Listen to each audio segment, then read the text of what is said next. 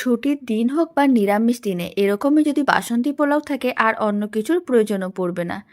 প্রথমে একটা মিক্সিং বোলের মধ্যে নিতে হবে 250 গ্রামের মতন গোবিন্দভোগ চাল। গোবিন্দভোগ চালগুলোকে খুব ভালো করে জল দিয়ে ধুয়ে নিতে হবে।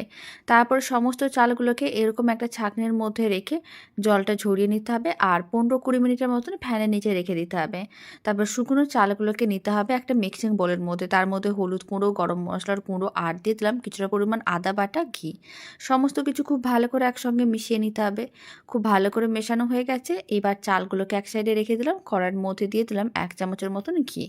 কাজু কিশমিশগুলোকে হালকা লাল করে ভেজে নিতে হবে। তারপর সমস্ত গোবিন্দভোগ চালগুলো দিয়ে দিতে হবে, যেগুলোকে আগে থেকে ম্যারিনেট করে রেখেছিলাম। অল্প একটু লবণ দিলাম। খুব ভালো করে মিশিয়ে নেওয়ার পরে এখন আমি যতটা চাল নিয়েছিলাম তার ডবল আমি গরম জল করে রেখেছিলাম।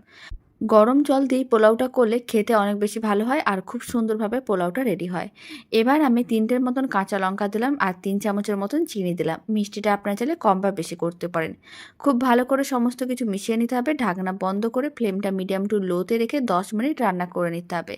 তাহলেই রেডি হয়ে যাবে দারুণ স্বাদের বাসন্তী পোলাও।